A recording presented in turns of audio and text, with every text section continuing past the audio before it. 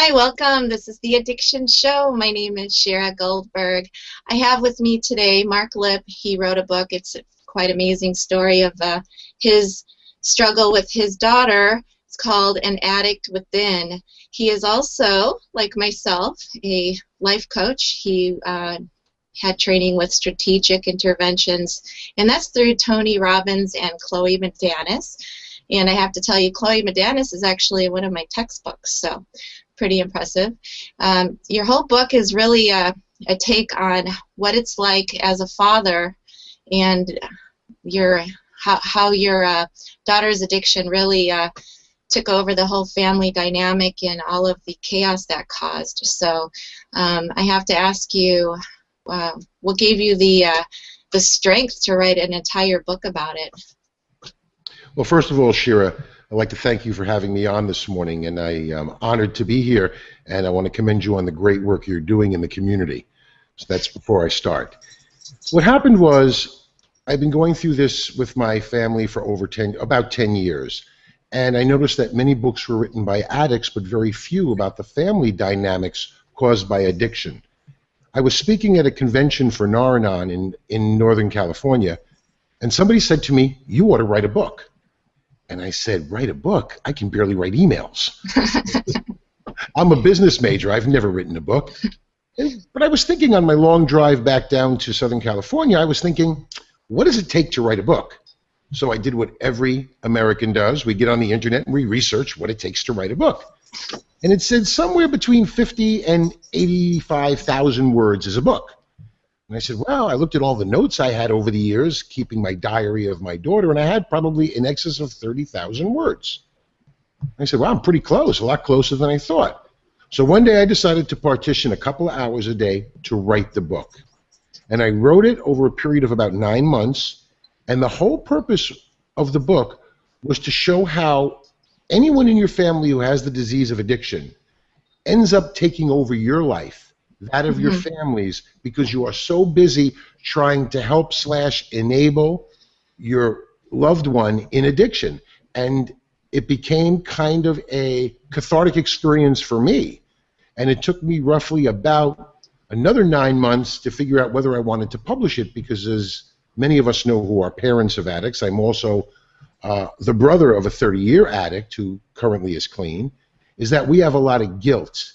And we don't really want to tell the world that we have an addicted family member. So it took me a little more courage, and then I finally released it just a couple of months ago. I noticed that. Congratulations. I think that's just an enormous endeavor to take on. But I can really understand how cathartic it would be for you. How did your daughter react to knowing that you were going to pretty much tell her whole tragedy and journey in a book? At first, well, over those many years, she's pretty much been addicted and on some form of drug, one or another. So she kind of knew I was doing it, but it really didn't affect her that much because she was numb. She currently is an addict to heroin, a needle injection. Currently, though, she is clean for about 11 months. This is the longest period I can remember since she was 14 years old. She was not happy, and then we sat down and I explained to her, the purpose of the book was not to tell your story, but it was to tell my story of how it affected me, the other family members. Yes, it shows your action, but more importantly, in this case, my reaction, both good and bad. And some of what you will learn in the book is the mistakes that I made, some of which were horrendous, and some of the decisions that I made were quite good. So you're going to see both sides of that and how it affected everybody, including me. I think that's a really important point of being a father to, or a parent of someone who's really in the throes of addiction, because you're at such a loss, you don't know what to do. So it's almost like you just keep trying anything possible that you can think of, and sometimes those are mistakes, and looking back or being judged in hindsight, you can see maybe I shouldn't have done that. And I think that really resonates with a lot of family members. You don't know if this is enabling. You really don't have, especially if you're you're not very, if you're very private about it, you don't understand this is happening within a lot of people, and there are resources that you can learn the tools, and that's what you did. You joined a support group, right? Yes, Nar actually turned my life around. I was like many parents who were deep in the throes of their own enabling addiction or just being addicted to fix their daughter. Mm-hmm. And the title An Addict Within is just that. There was an addict within the family. Now, it can be a dual addict. One was my daughter, and one was my addiction in trying to fix her at all cost. And there were some things that I did that come out in that book that I'm not proud of, but it's necessary because I was going through my journey also, and I had to learn from the experience. And we keep this so bottled up. I'm always amazed at how many people are at an NAAA meeting, but if you look at the Nar-Anon or Al-Anon groups, how small they are in comparison, because we are so ridden with guilt as parents, brothers, sisters, grandparents, that we are afraid to come out with this. And it's a problem for all of us. Mm-hmm. Well, I think any parent, we always feel the responsibility of our children's success, but also we really take it personally or feel it's our fault if the children fail, like if they become addicts, and what was our part in that? How did it go wrong? What did I do to create this situation? And really, that's just not the case. I mean, if you can only do so much for your kid, as you found out. Yes, we all face that moment in time where we have to, and for me it was an interesting moment. I was sitting in an Nar-Anon meeting, and somebody said to me, Mark, sit down and make a list of all the things that you did for your child to stop her from using drugs. And we all can make that list, and we can fill up page after page. Took away their Xbox, took away their car, limited their friends, limited where they went. I, in fact, put a GPS in my daughter's car so she could go back and forth to school, and I could literally have on my computer in my office where she goes all the time, where she was speeding, if she was not speeding. And I was addicted to the reports coming off this machine. Did it stop her? No, because she could drive to a 7-Eleven, and drug dealers do deliver. And it was just a false sense of security. But I listed all the things that I did to try and stop her. And then he said to me, turn the page over. Write down everything that worked. Not for a day, not for a week, not for a month, but worked stopping her from using drugs. And that page to this day is still blank. Because there's nothing I could do, ultimately, that's going to stop her from doing what she does. Now, tell us that one example of when you were trying to rescue her, and there was a gun involved. Well, there was more than one occasion of that, and I'm not proud of it, but it's the things I want to show, the outrageous behavior that we as parents or what we will do for our loved ones.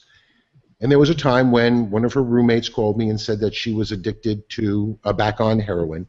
And so I went up to her apartment to get her. I was going to take her to detox. And this was not the first, but the second occasion I'd actually loaded 45s and took them with me in case there was a problem. And knowing what I know today, I probably would have used them. Fortunately, in that instance, I didn't. But here's where it becomes even more bizarre. At the time, my 14-year-old son, I told him, go in the garage and get the bullets. I'll get the guns out of the safe. And so we're loading magazines. I'm having my 14-year-old son load magazines for 45s. And he says, Dad, I want to go with you. You know I'm a good shot. And I said, well, I know, but I really think I need to do this alone. And my wife is horrified. But she knew not to say something in that moment. But the next day she said to me, do you realize the lesson that you just taught your 14-year-old son? When there's a problem, you load 45s, you take them out, and you deal with the situation. And I went, oh my God.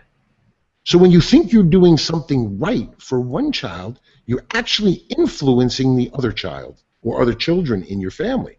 So there's always that balancing act.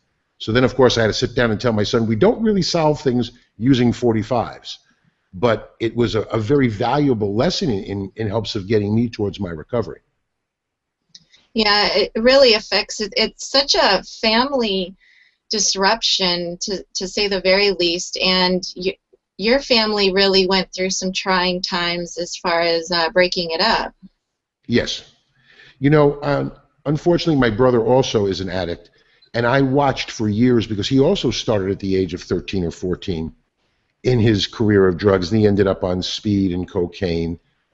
And I watched the resentment I had towards my parents for always dealing with him, for constantly running after him, buying him things, trying to buy his way out of his problems.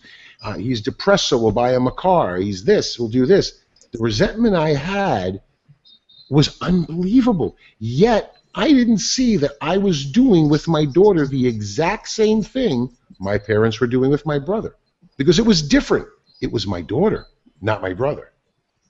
So it was kind of a unique, when I realized this happened. It did. This was, although I don't think any divorce is caused by children, but the problems that I faced in my family were ones that ultimately, and it was not the only cause of my divorce at the time, but it did not help the situation much at all because we were just on different pages.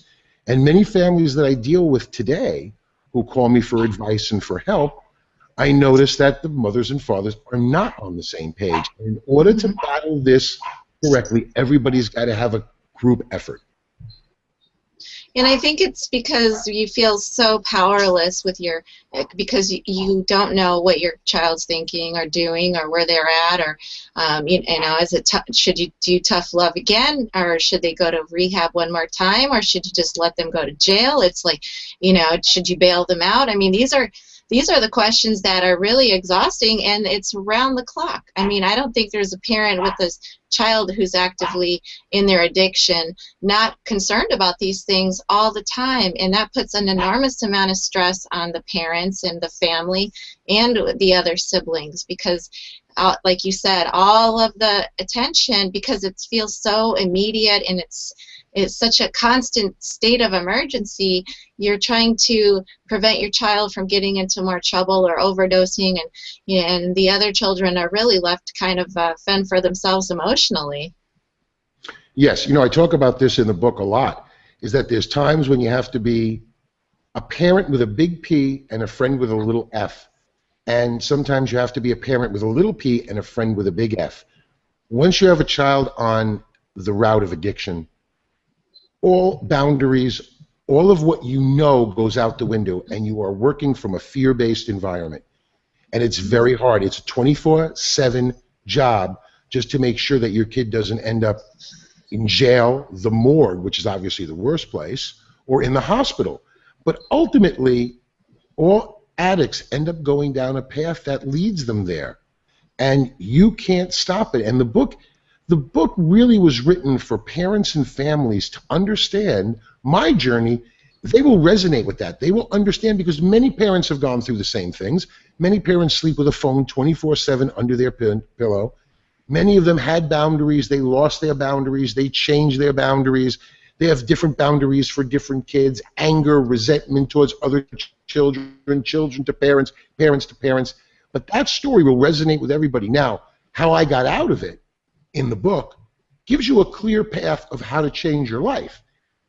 But everybody's going to change it slightly differently. No two people are going to walk down that journey the exact same way.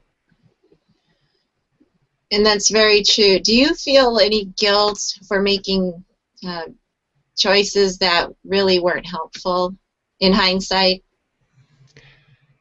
Yes, we can always be Monday morning quarterbacks, and we can look back and say that we did wrong in our life. I mean, not just with our child, in our personal life, with our wives or girlfriends, with our friends, with business. We can go back and we can mourn all the bad decisions, or we can learn from them and try not to make the same ones again. And that's really what the book is about, because we all going to make, no kid came with a manual attached to them when they were born, or at least if they are, in the case of my children, that manual wasn't there. It was lost somewhere. And so we have to do the best we can do, given what we know and what our life experience is. We can't stop this from happening. We can just help them when they want to get help. So do I feel guilty? Well, it took me 8 months or 9 months to actually release the book because I sat in it thinking, oh, everybody's going to think I'm a bad parent. Everybody's going to see all the mistakes I made. Well, guess what? It's just going to show everybody I'm human too, just like everybody else. And we all make good decisions, and we make some bad decisions. And guess what? We hope we make a little bit more good ones than bad ones in life. That's so true, and I think it's such an important. It's really important to share your story, and I really commend you for that, because there's so many parents that are just, they're so filled with shame, and there's a way you word that in your book. It's like going from shame to sane. So explain that, because that sounds like where you're at. You've regained your sanity. Yes, and the sanity of my family. You know, when we first find out our child is addicted to drugs or using drugs, we feel extremely guilty. We feel the shame. We feel we have done something wrong as parents, grandparents, family members, and the shame takes over our life. And we end up not talking about it, and we bottle it up inside until we explode. And then we go through this process of trying to second guess, well, where did this go wrong? Where did I screw up? Where did my spouse screw up? What happened that caused all this? There must be one single event that changed their life to become an addict. Well, what you figure out after a long period of time, and we all again go through the journey, whether it's 6 months or 10 years, we all figure out that, guess what? We didn't cause it, and we can't change it. It has to run its course, but we have to be there to help them. And once I got it through to myself that there was nothing I did that stopped it or even slowed it down for any more than a day or two, I had to realize that if this wasn't working, then I needed to change how I did things. Because obviously if you do the same thing the same way, guess what you have? Insanity. And I became insane. I became insane in tracking my daughter 24/7, bank accounts, where she was, what she was doing. I could have gotten a degree in being a detective at that point in time, but it didn't stop anything. Nothing was working. So I ended up having to change my life because the rest of my family had fallen apart. I now had my son who was living with me. I was on my own. Fortunately, I'm an entrepreneur at a successful company, and I was able to take the time off to do all those things. But it wasn't helping my business life. It wasn't helping my personal life. It wasn't helping my family life. Everything had fallen apart. Guess what? I had to find a new way to do things to work. And the book goes through that. It's how I got from crazy insane and shame to sane, understanding that that's what it was going to take for the rest of my family to survive, me and my son. And then later on, of course, I got remarried, and that would have really caused more problems if I was still on the offensive of dealing with my daughter in a way that was just chasing her. In fact, I could make the case that if I wasn't stopping her from doing drugs by all my actions, then maybe I was forcing her to do more drugs, because my chasing her, my cajoling her, my forcing her to go to detox, my forcing her to go to rehab, put pressure on her. And that pressure probably caused her to do even more drugs. So if it wasn't working the way I was doing it, then I needed to change for myself and for her. So that's how I got on my path of fixing my problems. How has this affected your new family? I mean, how is your wife, as far as feeling the pressures of dealing with your daughter? Because I mean, even though your wife may love her, she's kind of jumping into a situation where most people wouldn't even consider. If the tables were reversed, I don't know that I would have married my wife if she had the problem of an addicted child, knowing what I know today. Mm-hmm. My wife is the one who got me on the path. My wife is I'm 6'4". My wife is barely 5 foot. She was the one who forced me to go to Al-Anon. I didn't want to go. I just wanted to spend more time trying to solve the problem of fixing my daughter and fixing this family problem.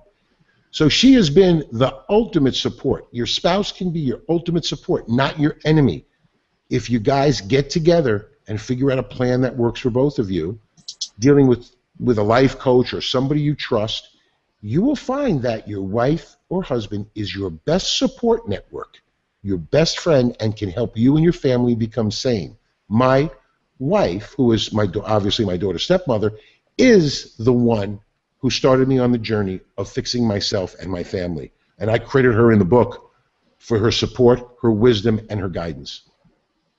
I think she must be an incredible and amazing woman to undertake such an enormous obstacle. And your story didn't wrap up nicely with a happy little ending. So you're still going through this.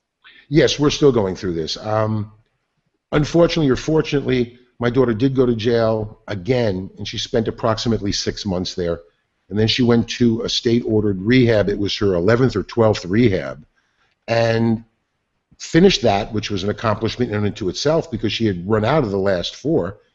And now she's on a drug court program in the state of California, and she's in sober living. I think she's approaching about 11 months now of sobriety. And we hope that she does well. Of course, we're going to be disappointed if she relapses, but my life is not over.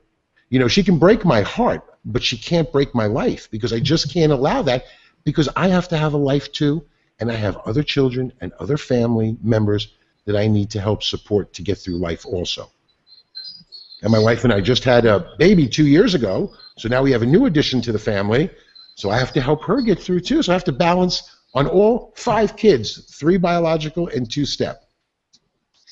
I'm really glad you pointed that out, how you as a person, not just a parent with a daughter suffering from drug addiction that's destroying the whole family dynamic and trying to build that back up, but you as just a human being deserve happiness.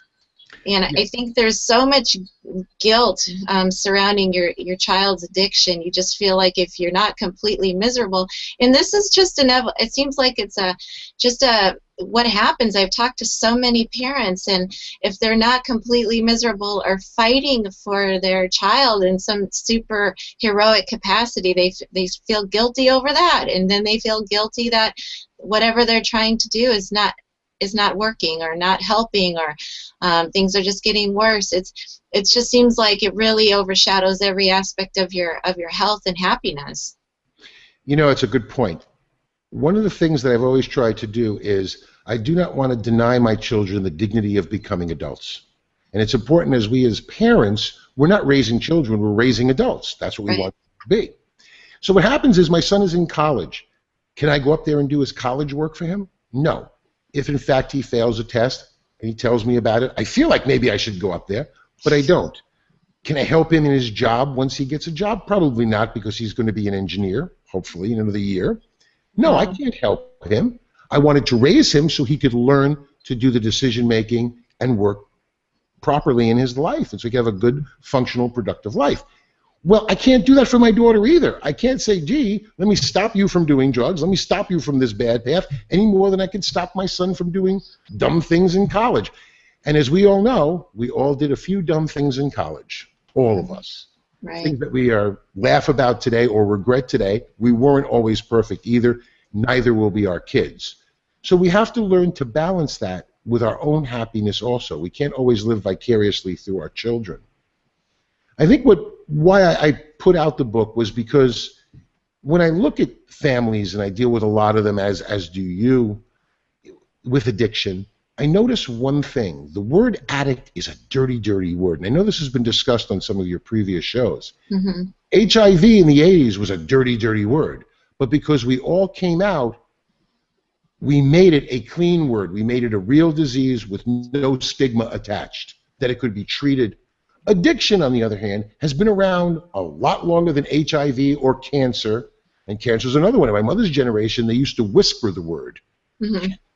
Cancer, I got cancer. Don't tell anyone. Well, it's the same thing with addiction today. And addiction's been around longer than cancer and HIV, yet we still whisper it. And until we make this a mainstream word and people get the word out there, it's not dirty, it's not something to be secretive, it's not something to be ashamed of, we're never going to get it treated the way it needs to be treated as a disease in today's society or in the future. So it's up to us as family members of addicts to stand up and say, I'm not guilty and I'm not shameful, and this needs to be dealt with. Not with jails, not with punishment, but with good help for these people. Well, I think as parents, you really associate yourself with your child's accomplishments, and a lot of parents feel that way. How their children turn out is a reflection of their parenting, or their love, or their you provided a very affluent, prestigious life for your children. So, you know, and you have one that's about to be an engineer, and you have one that's suffering from addiction. So how do you relate to parents who come in, because this is a very common reoccurring theme I see regarding parents, in the enormous amount of shame. It weighs very heavily on them. Yes, the biggest thing I see is the shame of the parents, whether they walk into Naranon or they call me, is the shame and the feelings of guilt and anger and resentment for other family members. And it's the hardest thing to break down, because we as parents, you know, when you're giving this little baby at the hospital, and whatever your religious belief is, you're giving it to protect, to love, to nurture, to grow into the best they can be. And all of a sudden, this one grows up to be an addict, and you're like, where did I go wrong? Mm-hmm. And it's very difficult, and it's probably the largest single thing I have to work with families on, is to deal with that shame and guilt. And how you deal with that is different for every family. There's no two right or wrong ways. In my case, it was simply making a list of all the things I did, and then finding out it didn't work. And, you know, a lot of kids come from families. I mean, let's look at our president today. He didn't come from the best well-to-do family, and yet he's the president of the United States. Every child deals with life differently. Every parent deals with that life differently. And learning how to deal with this in your life is probably the single most important thing as a parent you can do for your addict and for yourself. Now, you're a life coach, which I think is awesome. How do you work with families that are suffering from, or they're in the throes of it as we speak, and they come to you frantic and panic-stricken? Well, the first thing I do is I let them read the book, and then we talk about the journey they're going on, mm-hmm. and I let them get everything out about where they think it went wrong, because the first thing they want to tell me is where it went wrong and what's wrong with my child. And I kind of say, what's wrong with your child is that she or he is now an addict, and the beast has got them, and it's time to learn how to work with the beast.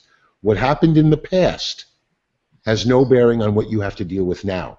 It's time to look at what's going on now, not what happened. You can't fix what happened. You can only fix today and the future. So we try to focus on what they can do today to fix their life and help their addict. And I think in that process, that's where the healing begins for the moms and dads out there that just are really struggling with this for years, like you have, and so many others. I think it's really such an amazingly important book, because your purpose is not to tell people this is a book of how to feel better, or how to not raise an addict, or how to deal with one once you've got one. This is your story about how it's affected you personally, and all of the good things you've done and the not so good things, but you are really working with exactly what everyone else is, working with the limited information or resources that you had at the time. And I think it's really important for people to know that once you know better, you do better. But ultimately, it's the person with the addiction that really has to pick themselves up. I mean, you can't live their life. You know, exactly correct. No one, Shira, can change their life except yourself. Mm-hmm. And once you start with that basic premise, and you let go of the past, and you live in the present and the future, and you make it better for yourself by setting goals, objectives, all the things you would do for your life, then you start the healing process. By sitting there and trying to figure out where it went wrong, it's just not going to work. It's too late for that. Wherever it went wrong, it did go wrong. It's now time to start fixing your life and trying to help your addict get into recovery. Absolutely. Now, you are in Southern California, and you are working with families, and you're doing speaking engagements regarding these topics. So if anyone's interested in working with you or inviting you to some place to speak and to help motivate, where can they reach you? They can reach me through my website at www.anaddictwithin.com, or they can go to marklipp.com, MARKLIPP, just my name, and you can contact me through there. I'm available. I do live in Southern California, in wonderful Huntington Beach area, and I look forward to talking to anyone who needs help. It's kind of, for me, a mission to help those families who are in need of help? Mark Lipp, I loved your interview. The book is An Addict Within. It's a true story, and it's happening to millions of people. One of the statistics to really kind of keep it in perspective I read on your website is if it's true, which it is, 23.5 million addicts in the United States, and that's affecting at least 70 million additional family members. So that's really an enormous problem that so many other people are facing. So if you feel alone, there's absolutely no reason. There's resources, there's coaches, there's a lot of support available, and you just do what you can and be good to yourself. Absolutely. And like you said, Shira, there is 23.5 million addicts in the United States. If the average family is 4, that's almost 100 million people being affected by the disease of addiction. Not just the addict, the whole family is involved. And that's an awful lot, about a third of the country. Mm-hmm. And it's a disease that needs to be addressed. Well, Mark Lipp, thank you for your courage and your passion and your compassion, because there are so many families affected, and until we can really connect and find the support, there's just no need to struggle on your own and blame yourself. So thank you, Mark. It was a great pleasure. And again, it's An Addict Within is the website. Check it out, and marklipp.com. You can find all of his information and check him out. And absolutely get the book. It's really a cathartic experience to just know you're not alone. Thank you.